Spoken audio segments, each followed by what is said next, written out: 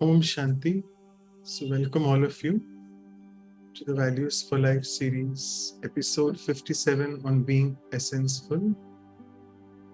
And as always, before we begin, spend a minute in silence to invoke the presence of the Supreme.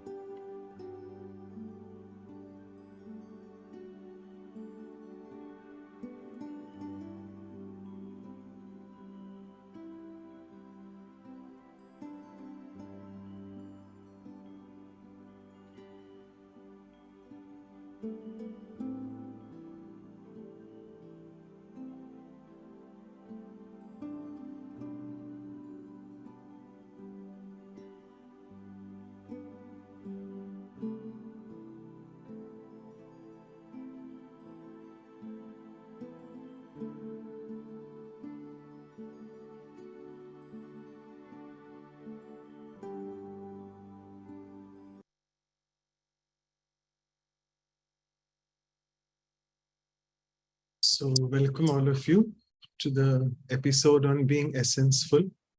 And as all of us know that it's the January month, and we had chosen the first value for the last fortnight was on solitude. And the second value for this month is on trying to go from expanse to essence. And both these values are quite subtle on a level in a way that they help us move towards the silent core which we originally are. And all of us have this experience that in school we are taught actually to write an essay in detail. And at the same time, we are asked to summarize as well something, be very precise and summarize. So we all are used to going from expanse to essence as well.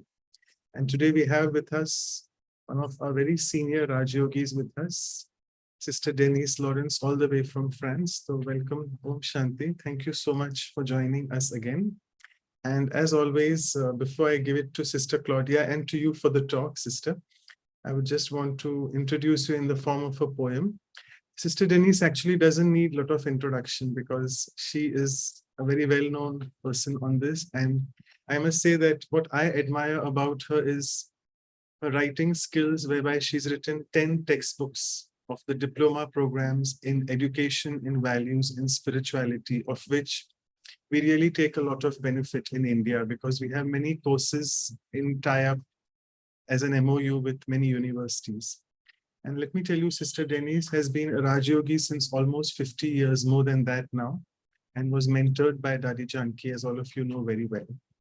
And she's also instrumental for many programs. And she used to conduct something on the television called Raj Yoga TV. She was a director for that. And many, many TV programs on addiction recovery. And she was also the national coordinator for the BKs in Canada from 2007 to 10. So with this short introduction, I'll move on to the poem now. So today we have with us Sister Denise's gracious presence, who shall indeed guide us on how to go into the essence. In this fast-paced, noisy world, being silent indeed makes great sense, because Maya Ravan has made me feel totally nonsense. Surrounded by the clouds of darkness, which are indeed so dense, all of us are living life for survival as if on the fence. Humanity suffers as people mock at each other's expense, knowing not that bad karma won't come to their relief and defense. In the end, let's remove from our life now all the false pretense, because for each other, there's a lot to dispense. And finally, God comes and reveals himself, removing all the suspense, which thereby brings happiness in my life, which is truly immense. So with this, I would request Sister Claudia, who's joined us from Vancouver, to officially welcome Sister Denise. Over to you. Thanks. Good morning, Sister Denise. Good afternoon for you, and good evening for all of you who are in India. So it's a pleasure to have you again with us. And of course, to bring all your wisdom and gave us so much for us to learn. So I think to be essential is very important in life. When we want somebody to hear us, we go into essence, and then they can listen to us. Otherwise, they will not be able to record what we talk about. So I'm really looking for that, because I think as much as sensible we are in life, we have more success too. So I like to welcome you with a nice bouquet of white flowers with rose and lily. Thank you. Because white is also the essence. So I thought, instead of red, and red is a color of love, but I want to be the color of essence, which is white. So welcome to you. And then Thank you. nice to be with you today. Thank you so much, Claudia and Manoj Bhai, and it's wonderful to be with everyone. I will speak a little slowly because there are many languages that this is being translated into. When you think of the word essence, you also think of perfume and the flower essences that contains really the strength.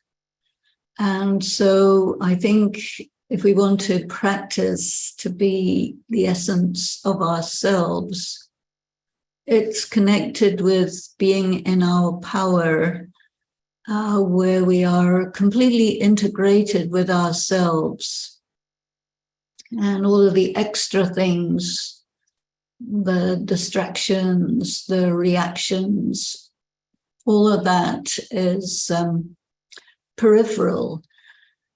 And you want to go to the center, go to the point. And of course, the essence of a human being is their soul. And the soul has the form of a point of light. And contained in that infinitesimal point of light is this ocean of experience of the past and the future, this ocean of your qualities. And of course, the soul is connected with God, the Supreme Soul. And this one is also, in essence, a point of light, but which contains the ocean of love, peace, purity, bliss, wisdom, and all the knowledge. And when he speaks to us, he says, I am telling you the essence of all the scriptures.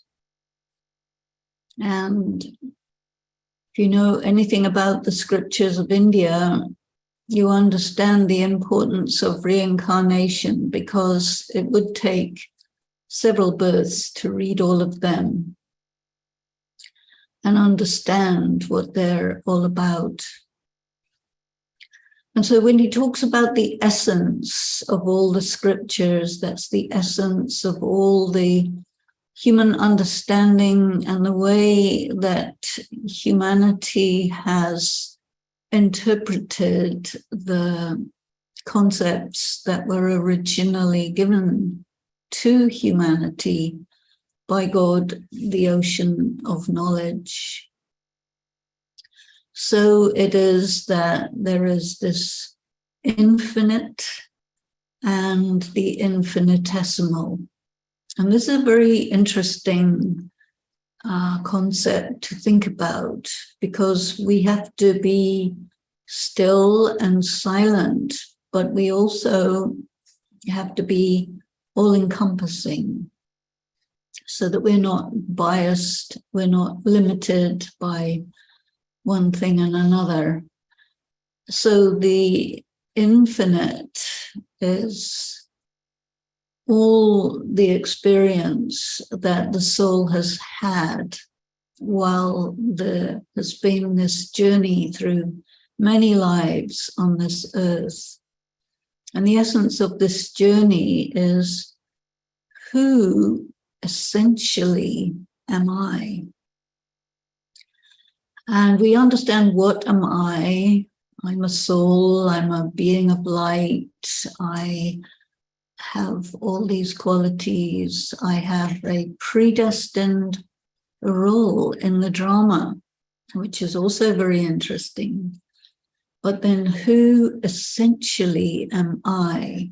And there we go back to the perfume, which is also a kind of vibration. And one thing that I am very interested in is music.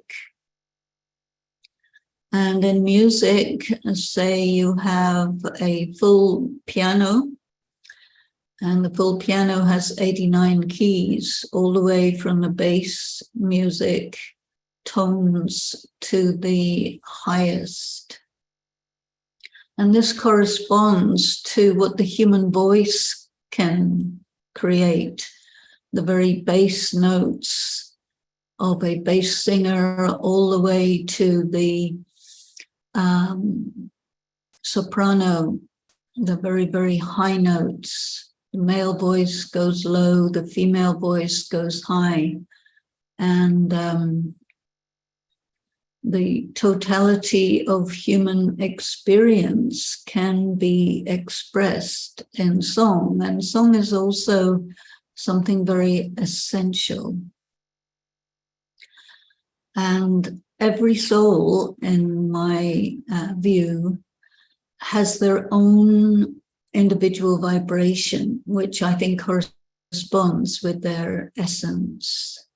And when you go into meditation and you go very deep, you become free from the consciousness of the body. You become just a point of light, and you are tuned with God, the Supreme Being. And when you're tuned, there is a vibration that takes place and that spreads and vibrates and resonates and radiates throughout the atmosphere. And that vibration, I think, corresponds to your essence. And each one has their own note. And I think that when a person is in what we call body consciousness, they are out of tune. The vibration of the self is not true. The note is not right. You're flat.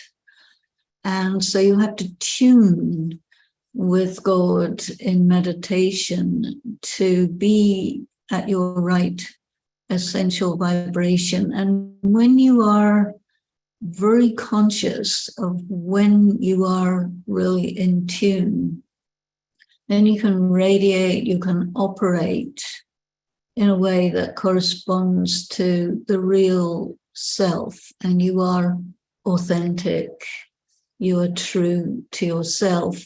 And I would say also you are in your power. So then comes the matter of interaction with people and communication. And many people spend a lot of time working on their communication skills. They want to behave in a way that corresponds to their values. And not everybody's values correspond with each other. There are many, many different aspects to why a person would have this value and another one would have that value. And some of them do not correspond with each other. And there you have to negotiate. But there are a lot of things that happen really deeply on the inside, as well as the expression of communication that is external, that is audible, that is visible. And communication, when it is really real and really true, means that I am being absolutely me, honest in the sense that I'm not fake, but this is me in my essence, speaking about what is required in that particular scene of the drama. God tells us you are all actors, and there's a vast, enormous drama going on. Everyone is an actor and a spectator. And when everyone is in their essential state of self, then the interaction, the communication is harmonious. But when we move away from our essence and we go into some form of false consciousness, which you might want to call false ego, then we have come under the influence of the other characters in the scene, or we come under the influence of conditioning, or we want to make a particular impression. And in doing these things, we move away from our essence. Sometimes we think that if I create this persona, that's better than my essence. And then it means that a person is not sure of themselves. A person doesn't really have that quality of self-regard and self-respect, which they would not move away from. So I think that this is also to be essenceful, is to be really in contact with the essential self and to be really who one is, and give that more importance to what we may want to call public opinion. There are ways of presenting oneself that are fashionable in one time and something else that's fashionable in another time. Everybody likes to create a good impression. And in the process of wanting to be approved of by the people around, you want people to like you, you want people to think that you're good and valuable and all of these things. When you have a desire like this, it means that you are not in contact with your essence and you're creating something unreal and aligning yourself with that. And then the reality of yourself is given second place. And then one is not in one's essence, but more split off from the self. And when this takes a very severe form, it can even be classified as some kind of mental illness. And one is mentally very uncomfortable and unstable. But I think when you are giving a lot of importance to who you really are and what you really are, even if it doesn't correspond with the preferences of someone else, you have to ask yourself this question: who do I want to satisfy and why? And I think the most satisfactory of all things is to be really in one's essence, to be really real. And for those people who think about what they look like in the eyes of God, or how does God look at them? What does God feel about them? And of course, God sees you exactly as you are, and sees past all the things that have happened, because there is an essential state of the soul, which is sometimes called the original state. And when you practice meditation, this is one of the things that you're striving for, is to return back to your original condition, your original state. And the original state of the soul is perfect and pure and exactly correct, absolutely beautiful, and you would not want to be any other way. But of course, as we pass through time, we reincarnate, many things happen which distort the soul.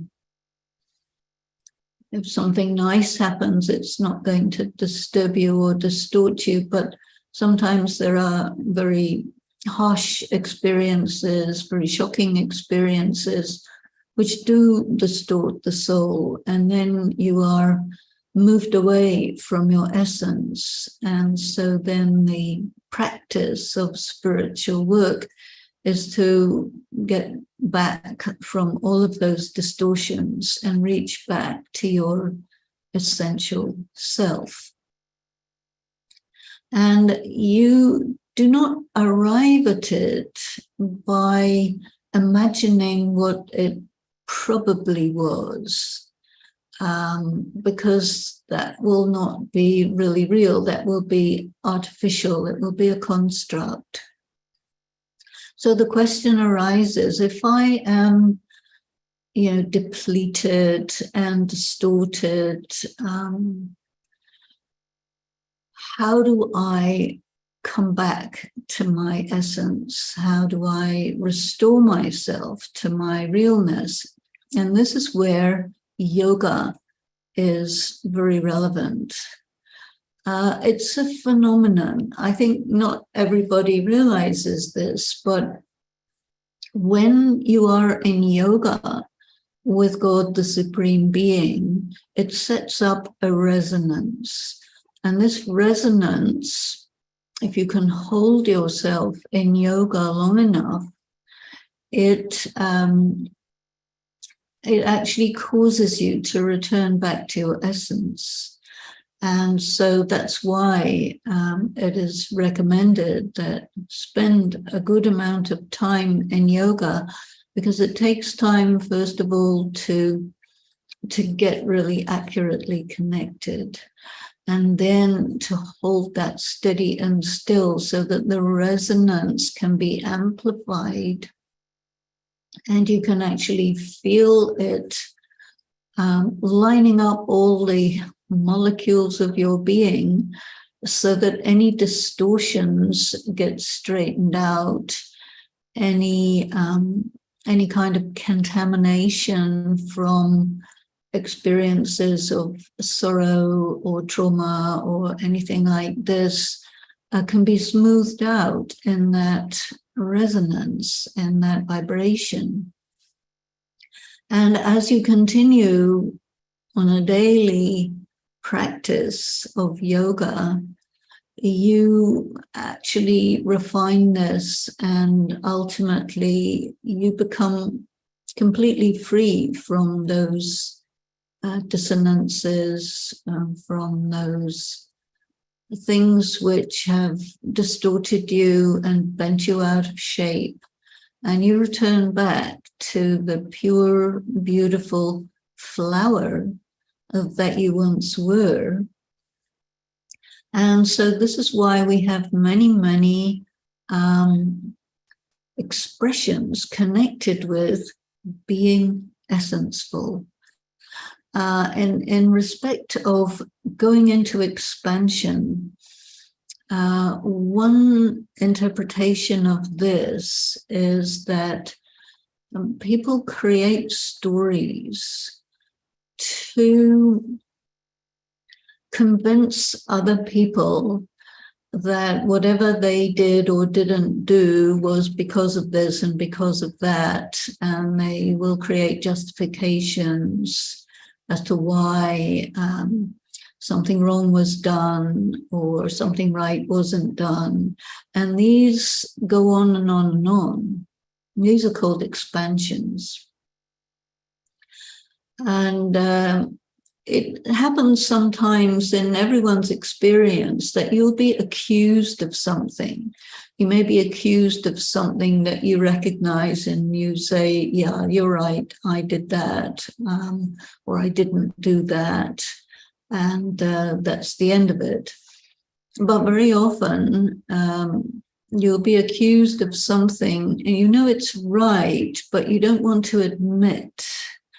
And that will be a circumstance where you will create a big story of justification and excuse, or even to distract the other people from what they wanted to focus on, so that their attention is no longer on this fault of yours, which you are not interested in admitting, accepting, or putting right. And that takes a lot of time and energy, and it gets you nowhere in particular. So the usefulness of being essenceful is to be able to say, yes, I did this, or no, I didn't do that, or I don't understand what your accusation is. Can you please expand upon it so I know what you're talking about? Sometimes that is necessary. But always the essence is something to do with the truth. And it's often said that the truth is simple. It may be simple, but it's not simplistic. Truth is always very deep, very subtle, and it's like a moment of truth.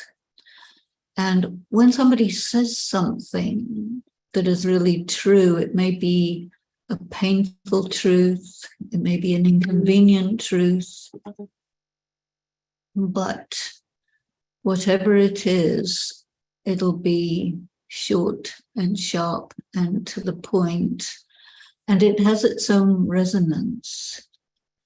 So when something has a resonance that rings true, you know this expression, the ring of truth, or somebody says something that rings true, it causes people to stop and sit with that resonance, because we're surrounded by so much that is fake or artificial or ordinary, so that when there's something real and true, or a person is presenting themselves completely free from any of these masks and artifices and so on, there's a very special feeling that, this person is true, you can trust this person, you can resonate with what they're saying, with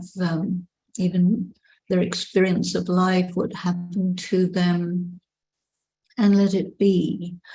And you come to the essence of the quality of a person. So in essence and honesty, the resonance, the ring of truth, the perfume of sweetness, and the sound vibration of that being. When all of these things are aligned, you can feel something. And that is really, I think, what is meant by being essenceful. So why is this a value? Why is this something that's again and again recommended? Be essenceful, get to the point, be real. And of course, it is because so much of the time, there are so many conventions that ask us to be something which may sound good, but it's not real. People say, okay, dress for success, or if you dress a certain way, then it proves something. Actually, it doesn't. Sometimes God has told us, look, your dress is not the physical clothes that you're wearing, it's your consciousness. So in spirituality, you hear about the dress, but people take it as the physical clothing. And when someone is in body consciousness, in a material consciousness, then you look for the quality. Is there somebody who is wealthy, that they wear very good quality clothes? Are they well coordinated, well presented? And there are people who tell each other and train each other that if you dress a certain way, then you can be trusted. And so what will a dishonest person do? They'll dress that way so people will trust them because, well, people are a bit naive. But if you're essenceful, you will not be naive. You may be simple, but you will be quite awake and aware.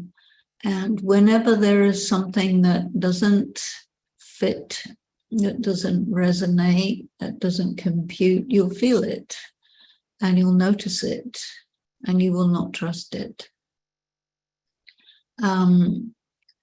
There are many people in this world who have experienced a lot of suffering and pain and difficulties. And some people will say, well, this is because of their karma. And others will say, no, this is unjust. This is very terrible tragedy. And what did they do to deserve this? And so on. But whatever it is, whether it's a karmic return or a test or just the difficulties that life puts up for you, these things will create a certain amount of distortion in the soul. And sometimes the distortion is so great and happens at such an early age in life where you're not equipped to handle these difficulties, like children who find themselves in circumstances of war. They really get very, very badly traumatized by this. Some people who are in very dysfunctional families as they grow up, they really never acquire the skills that you need in life as we know it. And so the distortions can be such that it takes a person so far away from their essence that they almost cannot ever find who they are. And this is very difficult. It's very painful. It's very disturbing for the person. There are many in that situation. And I think when we're talking about being essenceful, we're also talking about it in the context of the self as someone who is serving the world. And we talk about spiritual service. So what is spiritual service? Sometimes spiritual service is to enable an individual to make contact with and return to their own essence. And I think that this is also a very important aspect of the practice of being essenceful. Because just as when you are in deep meditation with the Supreme Being and you get into this very powerful resonance which brings you to your essence, in the same way, when you are stabilized in your own essence. And you sit in meditation with someone who is really far away from that, you can also amplify your own essence and convey what that feeling of the essential characteristics of the soul is. If you are really in the awareness that I am a pure, peaceful, powerful, loving being of light, and you hold yourself in that essential state, you can actually communicate that non-verbally to another being who is somewhere near you or even in interaction with you. And you set up a vibration which that other being can feel, which can actually be strong enough to enable them to feel what it was like to be themselves in their essential original condition. And to me, this is a very wonderful form of service. It's very subtle, it's non-verbal, it's just in the atmosphere. But people are very much influenced by atmosphere. And the atmosphere of the world at the moment very strongly pulls people away from their essential self.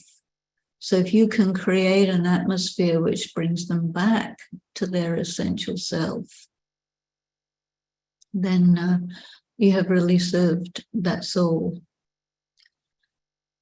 So I think that an important part of the practice of being essenceful is to be aware that in your life, where you are, the place that you spend most amount of time, it may be in your office, it may be in your living room, it may be all sorts of possibilities, but many people have somewhere that starts to gather their vibrations. And for some people, it is their meditation room. You know, for me, I have several places which are just occupied by myself. And so I use this possibility to amplify the atmosphere. And this is something that Dadi Janki used to talk to me about a lot. The importance of setting up and creating an atmosphere.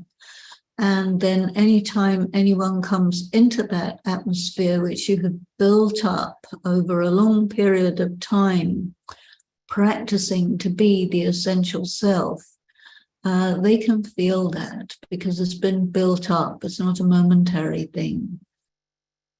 And you're also creating an atmosphere that's very pure.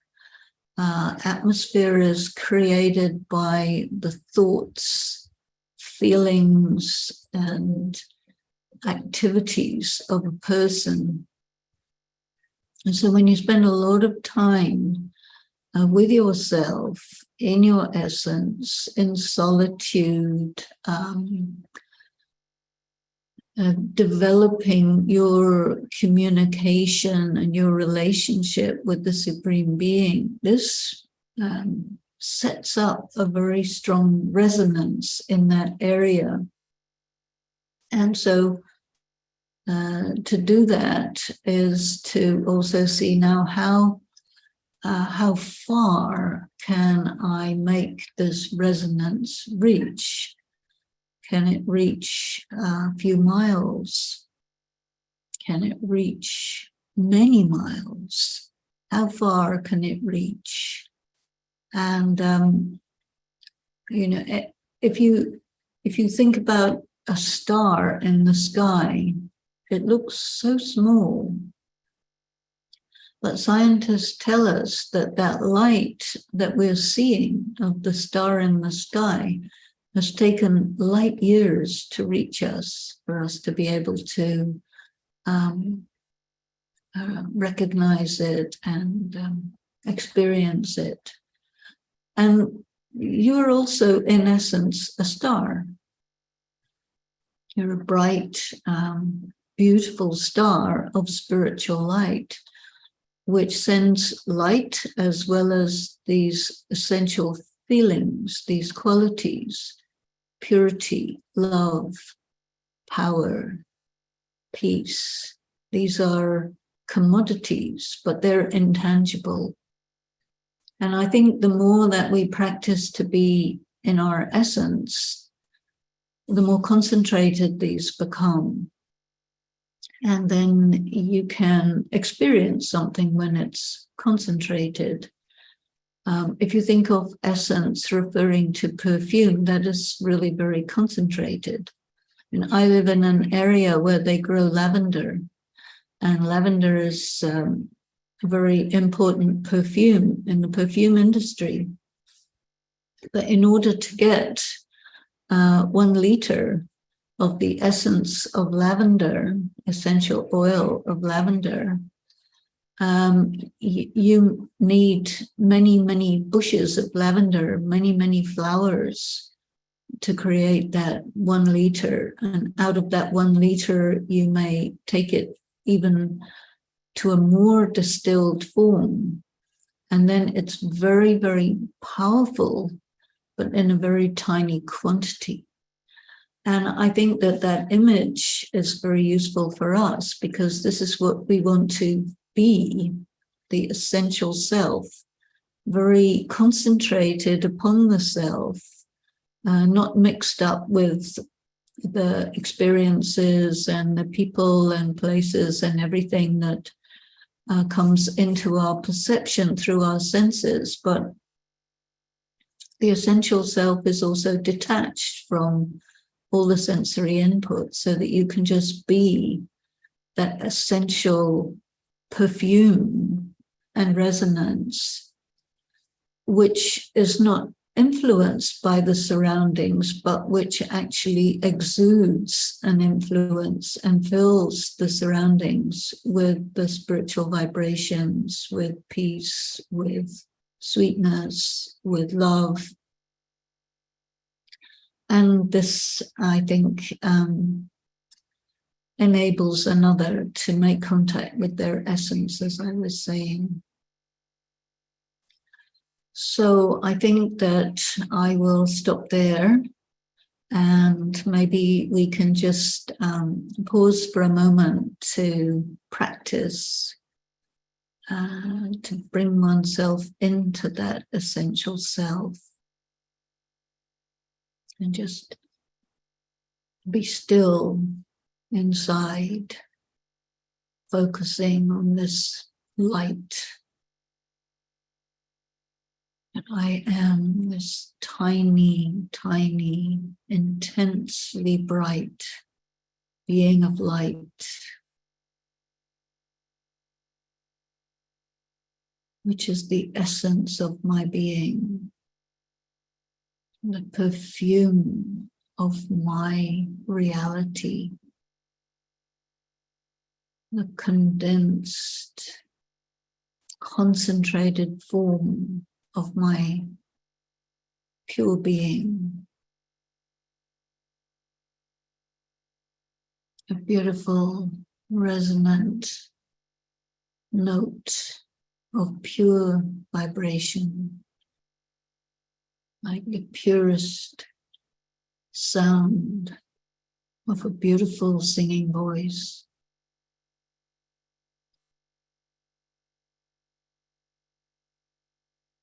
A fragrance that emanates from me, so clean, fresh, sweet.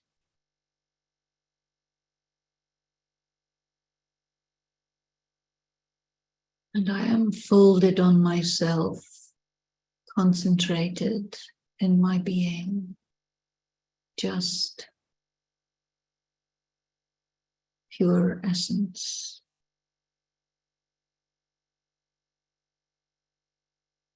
And you go into sweet silence.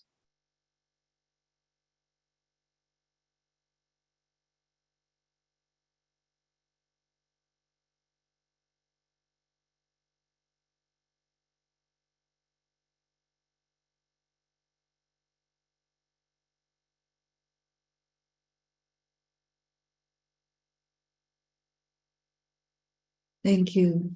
Om Shanti. Om Shanti, thank you so much for this wonderful experience as well and the talk.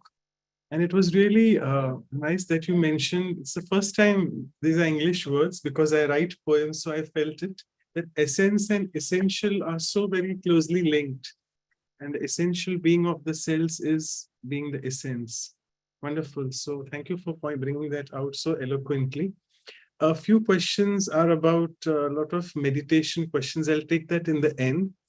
So someone is asking that one of my friends and even colleagues is really expansive. And they tell me a lot of stories, as you mentioned. They take away a lot of my time. So how can I request them to be essential without being disrespectful? Sometimes I experience that people say they want to ask me a question, but they start giving all the background and stuff like that. And so what I'll do is I'll say, okay, I understand what you're saying, but can you please tell me what the question is? Or can you tell me what you really want to know? Or what do you really mean by that? Because you see, one must value one's own time. And there is a balance between respecting another person's words and listening to them, but it's not indefinite.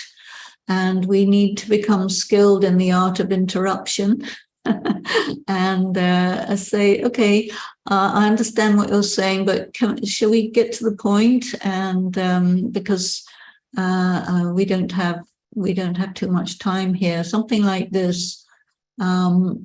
We need to also get that person to respect us. It's not all us respecting them. It's a two-way process. And so I think when you're spiritually tuned in, you will know when you've given a person enough time and now it's okay, now it's time for you to respond, even if it's an endless flow. So this is a kind of skill that requires a certain confidence, a few little skills of smiling and acknowledging what they're saying, but also making it clear that, okay, you've heard them out and now you bring the conversation to its next part. And that's a skill. It's an important skill.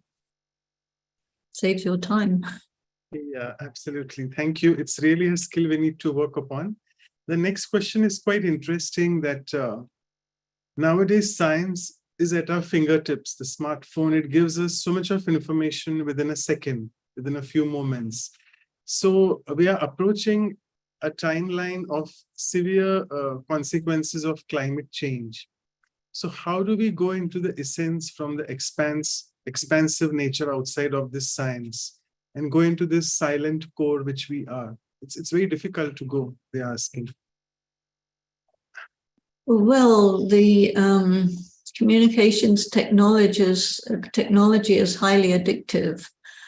And you have to understand that because there's a little bit of information, but also a lot of what I can call garbage all over the internet, all over the social media, and so on. So I think that you have to really value your time and energy and use the internet for what you want, because otherwise it'll distract you and you will get pulled into all these wonderful algorithms that know very well how to get you to do something that you did not intend to do.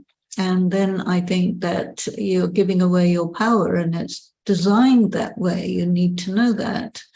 Do not be impressed by it. It is a tool for you to use and not a master for you to be the slave of. And once you have created a policy for yourself about that, and that you understand how easy it is to get pulled in and addicted, then you will notice when you're not really in your own power, and you will put it down. But there's not very many people who are sharp enough to really see that happening, but you need to be aware about it. Okay. Great. So speaking of powers, as you mentioned about the power, so this soul is asking that I have recently done the Raj Yoga meditation course, and we know about the 8 powers. And he's saying that the first power, I think, will help a lot in practicing essensefulness. That's the power to detach or withdraw. So can you please explain and give some tips that how do I really go about doing this detachment, practice of detachment and withdrawing?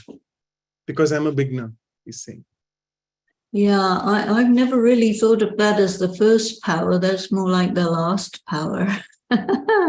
But, you can look at these powers in any order that you like. But for me, I always found the first power was tolerance, because there are many things that happen a lot on a daily basis that you have to tolerate and endure because they're trying to pull you away from yourself.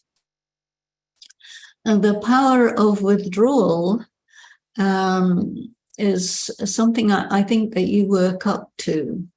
Detachment is, I think, different from the power of withdrawal. Detachment, you have to really check yourself. When you study Raj Yoga, it's usually recommended that you check at the end of every day, check what's been going on. And you have to understand what attachment is if you want to develop detachment. Because sometimes people think that dissociation is detachment, but it's not. Dissociation is where you just cut off and freeze or avoid or something like that, which is all very body conscious. Detachment is when you're able to experience everything as it is, but you're not disturbed by it. Something may be painful and you can handle the pain. It doesn't make you suffer. Something may be distressing and you can handle the distress of it, but it doesn't make you react. It doesn't make you unable to bear it. You see, this is what powers are about. It's about bearing everything, handling everything, being there for everything, but your threshold of endurance and tolerance is getting higher so that you do not cut yourself off or react or something like this. You are able to manage it. And then when you can manage it on an emotional level, you're then able to apply your wisdom. And wisdom doesn't come in 5 minutes. It takes many, many years to gather enough experience, enough depth of understanding to call it wisdom. But gradually you understand what you have to do, when you have to do it, if you have to do it or not, and to what extent, and so on. And this is why Raj Yoga is a lifelong program. We learn the course very quickly, but that's at a very superficial level. Then we have to work with it, and it takes a whole lifetime to really understand and apply and be the embodiment of it. And therefore, it's important to be very patient with oneself and with circumstances. Wonderful. So a few questions from your talk itself. Someone is asking that you mentioned two words, infinite and infinitesimal. So do you want to tell us, elaborate more on what is infinitesimal? What is the difference between the two?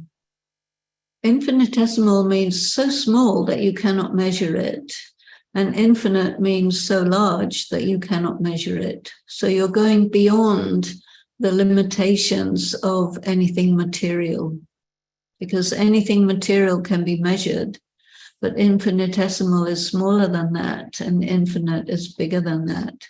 And so when you bring your consciousness outside the range of matter, then you go to another dimension, which is a spiritual dimension, where you are beyond measurement of size, but also of time. Because if you want to really understand yourself as a soul, then you have to understand that not only are you infinitesimally small, smaller than the smallest microatom, whatever they're called these days, quarks and whatnot, and that you can never cease to exist, and that there was no time when you came into existence. You have always been there. That's very deep to understand. It takes many years to consider and really realize it. So we have the words, but then to understand what those words refer to, we need to give it time and thought, and that is meditation. Yeah, so essentially both are opposite meaning words, though they sound very similar. Great. The other question is, you spoke a lot about resonance, vibrations. So the soul is asking how we define resonance in practical life and practice it. Well,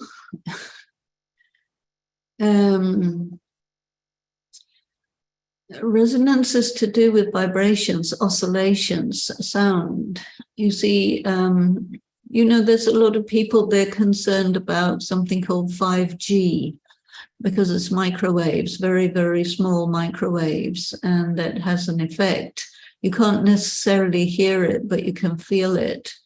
And some people who are very sensitive, they find it very unpleasant. If you're insensitive to it, you won't notice it. But when you meditate, you start to awaken your sensitivity to these vibrations of qualities that come from the soul. So you're moving away from the resonance in terms of sound, or even in terms of inaudible, subaudible vibrations, to the point where you can feel something as subtle as pure peace.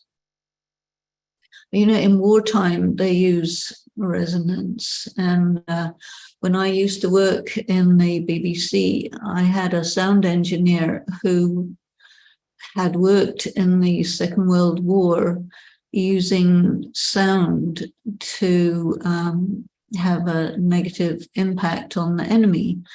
And he was telling me that you produce sound waves at a certain frequency, you can actually kill somebody just by sound.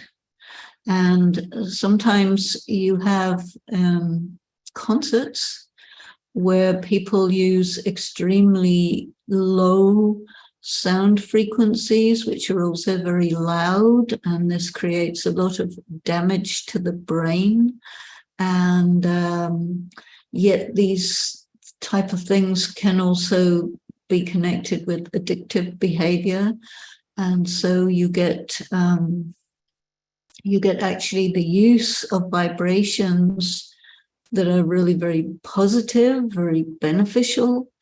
And then on the other end of the scale, something that can be extremely harmful and damaging. That's resonance. Elaborate understanding, great.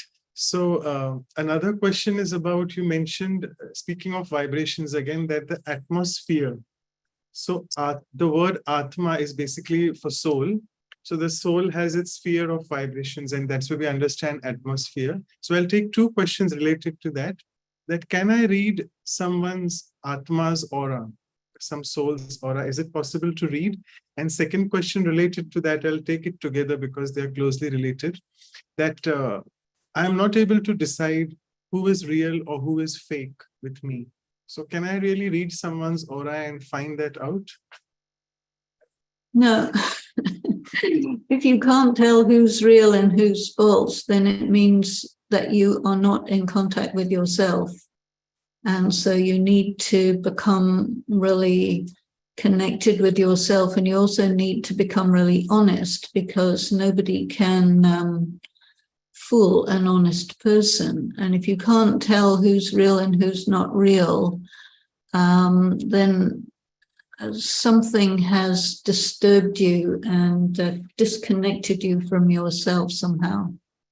And then in terms of reading people's auras, which is a different thing,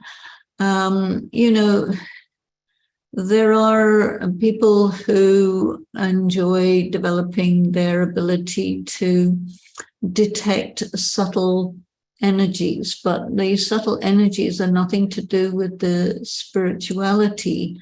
And if you want to start doing that, then forget about spirituality, because then you'll just be doing that, which is a subtle form of materialism, but it's not the same as spirituality. So I wouldn't bother with it, because it doesn't really take you anywhere and it's not reliable. Speaking of soul distortions, which you mentioned, this question is a lengthy one. I'll try to concise it. Again, a beginner in Raj Yoga is saying that I have listened to the concept of settling karmic accounts, and I justify my painful traumas, but then it creates distortion inside the soul or my cognitive processes. So what is the best way to justify my pain and trauma? And also there's a partial answer in the question that, are these all cognitive processes or distortions self-created due to ignorance? Well, that's a very interesting use of language, but I think what you've done is pulled together a few words from psychology and created your own concepts with them, which may be understandable to you, but not necessarily to anybody else. So let me see if I can put it in my kind of terminology. And that is this. First of all, trauma is not to be justified. You don't justify your trauma. You have to actually see in what ways you are trying to avoid it, and that you are trying to, manipulate it. Maybe you're using the word justify in that way. But a lot of people have different kinds of traumas. There's physical trauma, mental trauma, emotional trauma, all sorts of different kinds of trauma, and you deal with them differently. If you have a physical trauma, you go to the hospital because you've had a bad accident. That's called trauma. We have a very nice trauma hospital in Mount Abu where people go for car accidents and all this. And so that's on the physical level. Then there may be trauma from different kinds of psychological abuse or dysfunctional family or something like this, where you have experienced something really terrible. A lot of people experience this in wartime, torture, mental torture, physical torture, having to deal with seeing and hearing other people. This is very traumatic, and it you may need some therapy with a knowledgeable therapist about your particular kind of trauma to help you to become free from that. And none of it ever becomes justification. Some people, they feel guilty about bad things that were done to them. So it's a very complicated area, and you may be using the word trauma for something that somebody else would not call it trauma. They would call it just, this happens normally in life. Something, it has a spectrum. There can be a little bit of trauma or a lot of trauma, and somebody will call a little bit of trauma just a slight bit of distress, but they wouldn't call it trauma. So there's a subjective element in that. And unless you're very specific about what you're talking about, which you wouldn't want to do in public, I can't really give you an adequate answer. Sure, thank you. This is another question, a twist of words again, I must say. The brother is saying going to the essence is also the expansion because it takes you to the unlimited. So can you please clarify? Well, I think again, you've got a lot of playing around with words. Going to the essence means go to the concentrated essential. And in that sense, you are beyond the limits of the details. I think when we're talking about these type of terminologies, we have to define our terms in order to have meaningful communication. So, like that. Otherwise, it's too vague. Yeah, fine. So again, another question about Raj Yoga, that in the spiritual teachings, we hear a lot about when your mind is racing and very fast, you should apply a full stop. So I'm not able to apply a full stop because I want to go into the essence, but I can't do that. So please help. Well, nobody ever says when your mind is racing, you should apply a full stop, because you can't. That's much too hard for you. And anybody who is really capable of applying a full stop, their mind would never be racing anyway. So we have to look at it differently. There may be something that will trigger a lot of thoughts. And what you need to do is practice to calm down and allow yourself to make contact with thoughts and ideas which will help you to not go round and round and round in repeating, ever intensifying thinking. But you see, there are a lot of people, they come from a regular normal background. They take the Raj Yoga course and they think they become Raj Yogis, but no. You take the Raj Yoga course, you've had the slight taste of what Raj Yoga could be. And then you need to go into it more deeply. Do not imagine that you become a Raj Yogi just by having exposure to the course. You have exposure to the concepts. These concepts are deep, and you need to spend time on them. You need to have discussion with people who are knowledgeable. You need to practice. You need to think it through. And there's a lot of shifting that has to happen in your consciousness, and that takes a long time. There are those of us who've been doing it 50, 60, 70, 80 years every day through all sorts of circumstances of life and still refining it even then. So be patient and don't expect that you can get the whole thing immediately. It's not really like that. So it's a process. We need to be patient with ourselves.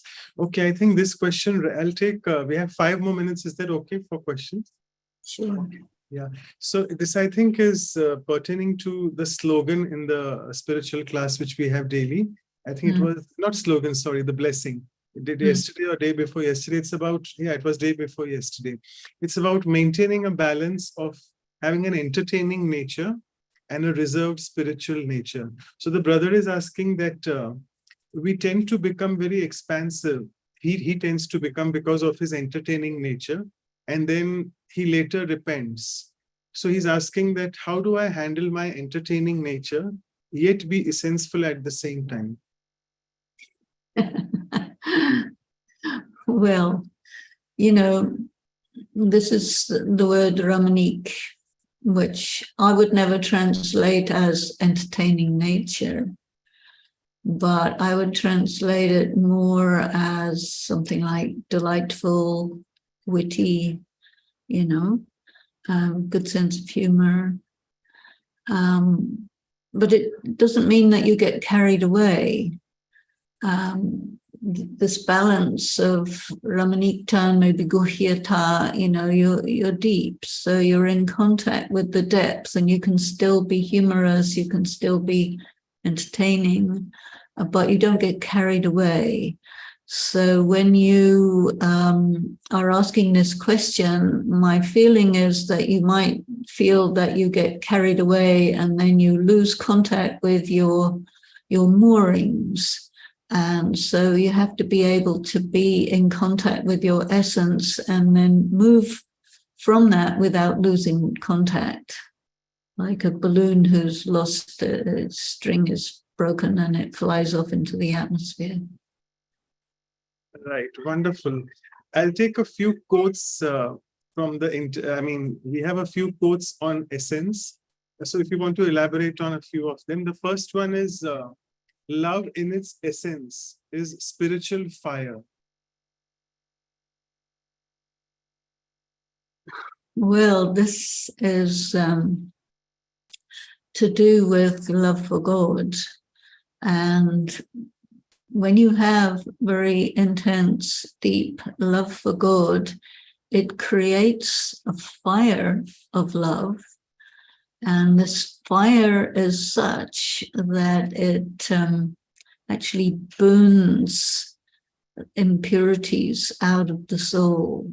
And that's to do with the intensity of love, the focus of love. Yeah, it becomes a fire, a purifying fire. It's great. Very special. Yeah. I think that there are two other quotes which I'll take in the interest of time, but they are quite difficult to understand, because when we speak of being essential, we are trying to achieve perfection and getting concentrated, going to a perfect stage. So this is all about imperfection. It's said that the essence of being human is that one doesn't seek perfection. Well, that's not the essence of being human. Yeah, we're obviously open to differ. That's fine. Yeah, even I felt the same. And the second thing is, the essence of life is not being perfect, impressing people, or succeeding at everything. Well, being perfect means that you're not going to try and impress people or be good at everything. Being perfect means being in balance. And when you're in balance, that's very good.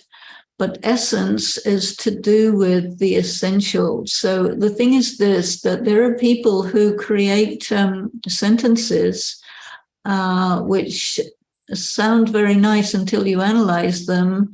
And then you find that the use of language isn't quite as accurate as they might at first think.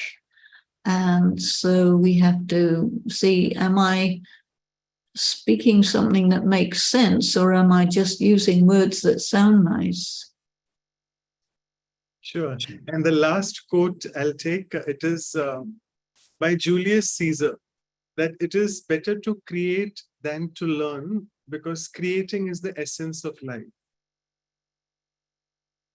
Well, again, these are opinions. The essence of life is to create. It depends what you mean. You think that only if you're alive, if you're going to reproduce, or if you're going to build a building to prove and leave something after you're dead, and that's the essence of life. That's not the essence of life.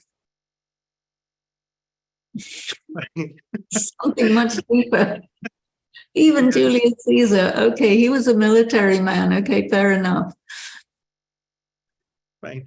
And someone is asking, because he always asks that question, that brother, that can you share some of the stories of the seniors you have spent time with, particularly with that? If we had 2 minutes of time left, that's not possible. Yeah, so just one short story of your experience where Dadi Janki was able to go in the essence and you learned a lot from that experience, something like that.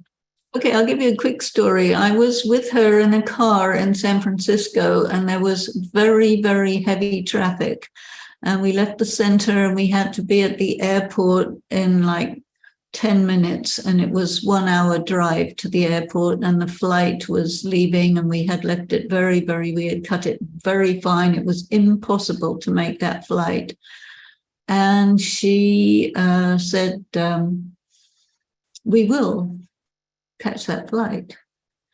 And somehow or the other, in spite of all of the circumstances to make it impossible, we reached there, we caught the flight, everything was fine. And she was completely sure that regardless of whether it was possible or not possible, we were going to do that. And that was an example to me of how Baba says, you know, time is your creation. You can make happen in the drama what needs to happen. And she did. I saw it. It was amazing. Amazing. Thank you so much for patiently answering all the questions. And I would now request Sister Anu to propose the vote of thanks. Actually, Dr. Mehta sent his apologies because we're having a big conference of Medical Wing tomorrow in Mumbai. So he was quite busy with the activities. So apologies from his side. Over to you, Anu, sister. Yeah, thank you, Brother Manoj. Thank you, Sister Denise. It's always very deep churning and reflection on the values, and being essential is, I think, as you said, deeper reflection is needed from each of us. And I think we have to want to be in essence. And I think we need to understand that first. I felt as I was listening to. And as you said, I loved it, that our vibrations or fragrance is resonates with what is our essence. So what is the essence? I have to know. And I think we stay in the comfort zone too of being such and such. We don't really seek to be in that essence, and maybe that is where the actions are not in alignment with the essence, and that gives us sorrow. So that was what I was churning, and it's quite deep understanding. I loved it. You said the power to tolerate, power of patience is needed, because everything that's happening is pulling me away from my essence. So tolerance is being able to see as things are happening, but not being disturbed, and being able to handle it with my essence. And when I'm in essence, I can understand others accurately. So, so many points. Thank you so much for such deep sharings, and from each of us, a very deep thanks to you. I'm sure all of us will take it forward to churn our way and really come to that essence. Thank you from each of us.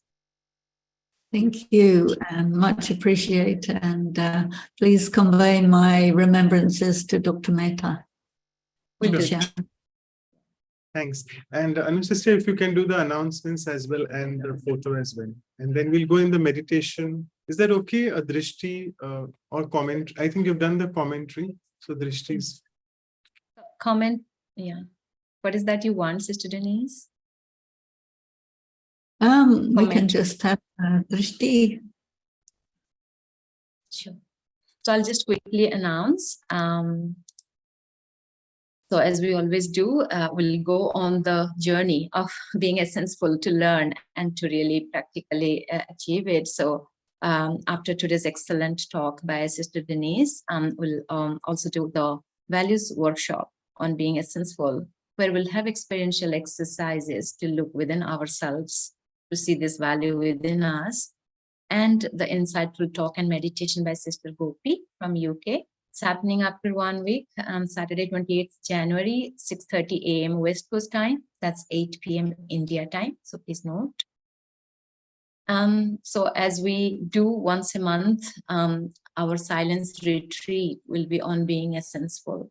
And as like we wanted to tell everybody that it is based on our Brahma Kumaris teachings. So you are most welcome to explore, join, and see how it feels. So it's happening on Sunday, 29th January, 9 a.m. for India time. That is Saturday, 28th January, evening 7:30 p.m. for West Coast, Canada and US.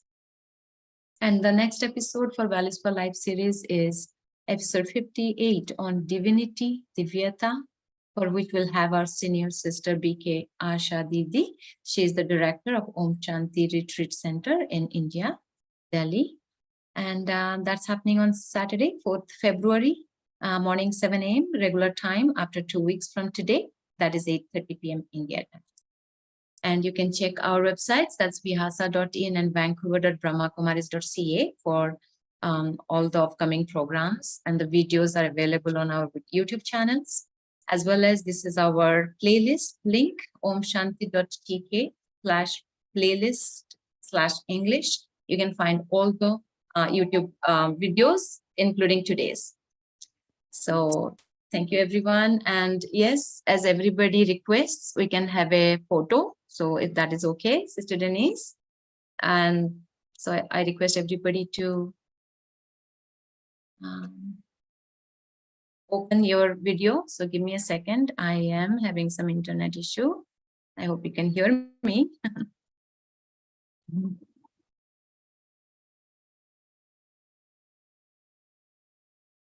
Sister Denise, you can hear me? Yes, Yeah. yes, yes. So I'm not able to go to the gallery view to take the photo, by the way. That's a drama, Brother Manoj. Yeah, Not that's take the okay. I photo. think we can skip it because I'm not very savvy with this control all, but it's okay. I think we can just skip it. You want to do it, Nikhil bhai? Yeah, please go ahead. Yeah. So just quickly. So all of you can please, sorry, we'll just take a few more minutes, Sister Denise, of yours. And Nikhil bhai, let me know when it's done. It's done. Done? Okay, thanks a lot. So over to Sister Denise. I'll play some meditation music in the background and we'll take a powerful, essential drishti from Sister Denise.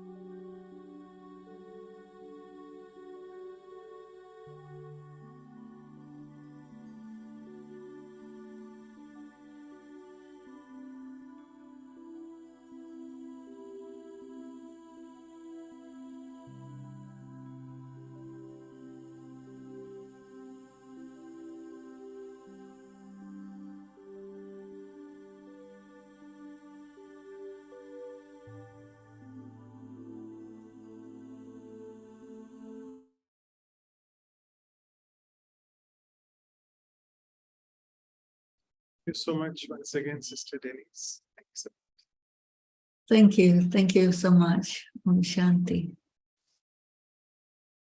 Om Shanti.